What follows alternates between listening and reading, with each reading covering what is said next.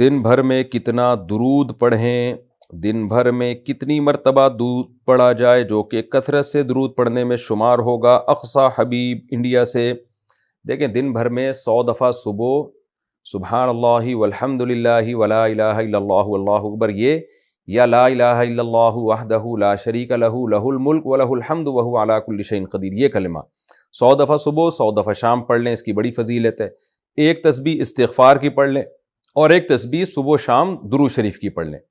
پھر بھی ٹائم ملتا ہے تو جتنی اللہ توفیق دے، اللہ کا ذکر ہے، استغفار ہے، درود شریف ہے، جتنی اللہ توفیق دے، کم سے کم 100 دفعہ صبح شام کا معمول بنانا چاہیے۔ نماز میں عورت کی کلائی کا کھلا رہنا، اگر نماز میں عورت کی کلائی کھلی ہوئی ہوگی تو کیا نماز ہو جائے گی؟ اقصی حبیب انڈیا سے نہیں، نماز نہیں ہوگی۔ نماز میں ایک دو بال دوپٹے سے باہر آ جانا، اگر نماز کے دوران دوپٹے سے ایک دو بال نکل آئیں تو نماز کا کیا حکم ہوگا؟ اقصی حبیب انڈیا سے نماز تو ہو جائے گی لیکن یہ عمل جائز نہیں، عورت کو پورے بالوں کا چھپانا لازم ہے۔ خوب سمجھ لیں۔ ذکر اللہ گن کر کریں یا بغیر گنے؟ اللہ کا ذکر بیٹھ کر اور گن کر کرنا ضروری ہے یا چلتے پھرتے بغیر گنے کرنے کا بھی اتنا ہی ثواب ہوگا؟ اقصی حبیب انڈیا سے دیکھیں، قرآن میں تو مطلق ہے کہ یذکرون اللہ قیاما وقعودا وعلی جنوبہم، ہمارے نیک بندے صبح و شام اور بیٹھے لیٹے اور پہلوؤں کے بل اللہ کا ذکر کرتے ہیں، لیکن حدیث سے یہ بات ثابت بھی ہے کہ گن کے بھی کرنا چاہیے۔ انسان کی نیچر ہے کہ جب تک کسی چیز کا کوئی رزلٹ نہیں ہونا اس کو دلچسپی نہیں ہوتی۔ جب آپ کسی چیز کو گننا شروع کرتے ہیں، جب آپ ذکر کو گننا شروع کریں گے تو 100 کا عدد کے بعد آپ کو ایک تسلی ہوتی ہے کہ میں نے 100 دفعہ پڑھ لیا ہے۔ تو انسان کی نیچر ہے، اس سے وہ کام آسانی سے ہو جاتا ہے اور ایک معمول بھی آسانی سے بنایا جا سکتا ہے۔ تو اس لیے کچھ ذکر تو ایسے بنا لیں جو آپ نے صبح شام گن ہی کے کرنے ہیں، پھر اس کے بعد اللہ مزید توفیق دے تو بغیر گنے جتنا چاہیں کریں، لیکن کچھ نہ کچھ تسبیحات ایسی ہوں جو ڈیلی پابندی کے ساتھ آپ نے گن کر کرنی ہے، اس کا معمول بنائیں آپ۔ رات کے آخری حصے میں تہجد پڑھیں یا دعا کریں؟ رات کے آخری حصے میں تہجد کی نماز پڑھنا سب سے افضل بتایا گیا ہے، تو اگر فجر کی نماز سے 1 گھنٹہ پہلے تہجد کی نماز شروع کی جائے، پھر کچھ دیر تک درود شریف پڑھنے کے بعد دعا کی جائے تو کیا یہ نماز پڑھنے اور دعا کی قبولیت کے لیے بہترین وقت ہوگا؟ اقصی حبیب انڈیا سے جی، سب سے بہترین وقت رات کا آخری حصہ ہی ہے، تہجد کا بھی اور دعا کا بھی۔ تہجد کا تو ہے، قرآن میں جگہ جگہ ثابت ہے، نبی صلی اللہ علیہ وسلم کا اپنا معمول بھی ہے کہ عام طور پر آپ رات کے آخری حصے میں نماز پڑھتے تھے، اور دعا کے لیے بھی حدیث میں آتا ہے کہ اللہ تعالیٰ رات کے آخری حصے میں آسمان دنیا کی طرف آ کے صدائیں لگاتے ہیں، حل من مستغفر اغفر لہ، کوئی ہے مجھ سے گناہوں سے توبہ کرنے والا میں اس کے گناہوں کو معاف کروں، حل من مسترزق ارزق لہ، کوئی ہے روزی طلب کرنے والا کہ میں اس کو روزی دوں۔ تو اس لیے آپ اگر یہ معمول بنائیں تو بہت اچھا معمول ہے، کچھ وقت تہجد میں گزاریں اور پھر باقی وقت دعا میں گزاریں۔ تہجد کی نماز سنت ہے یا نفل؟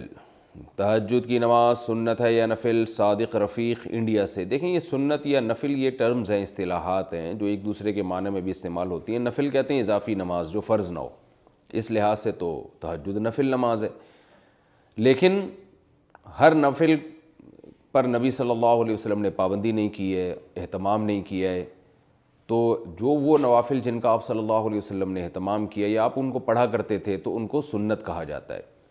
تو اس لیے تہجد اس لحاظ سے نفل ہے کہ فرض واجب نہیں ہے، لیکن اس لحاظ سے سنت ہے کہ محض ایک عام نوافل کی طرح اس کی فضیلت نہیں ہے، بلکہ آپ صلی اللہ علیہ وسلم کی عادت تھی، تو اس لحاظ سے یہ سنت ہے، تو بہتر لفظ اس کے لیے سنت ہی ہے، اور یہ عام سنت نہیں ہے، اس کی بے پناہ فضیلت ہے۔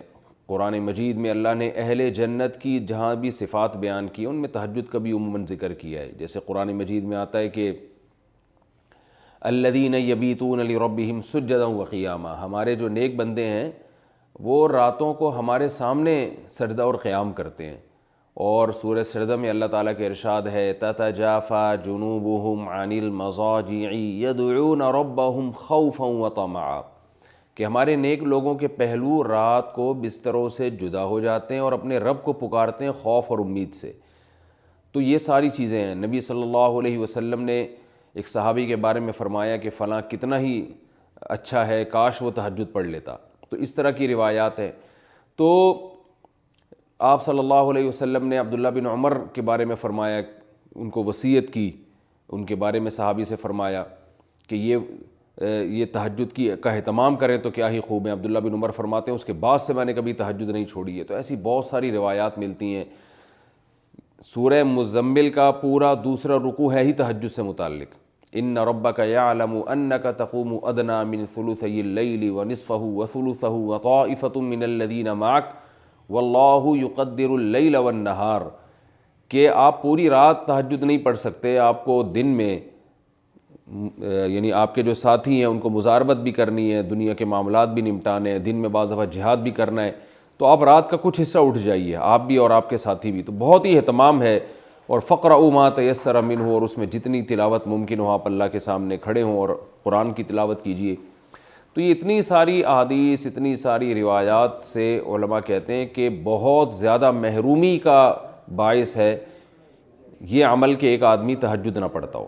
اور آپ صلی اللہ علیہ وسلم نے فرمایا کہ رات کے آخری حصے میں اللہ تعالیٰ آسمان دنیا کی طرف آتے ہیں اور یہ ندا لگاتے ہیں، حل من مسترزق ارزق له، حل من مستغفر اغفر له، کوئی ہے مجھ سے روزی مانگنے والا میں اس کو روزی دوں، کوئی ہے مجھ سے گناہوں کی معافی مانگنے والا میں اس کو معاف کروں۔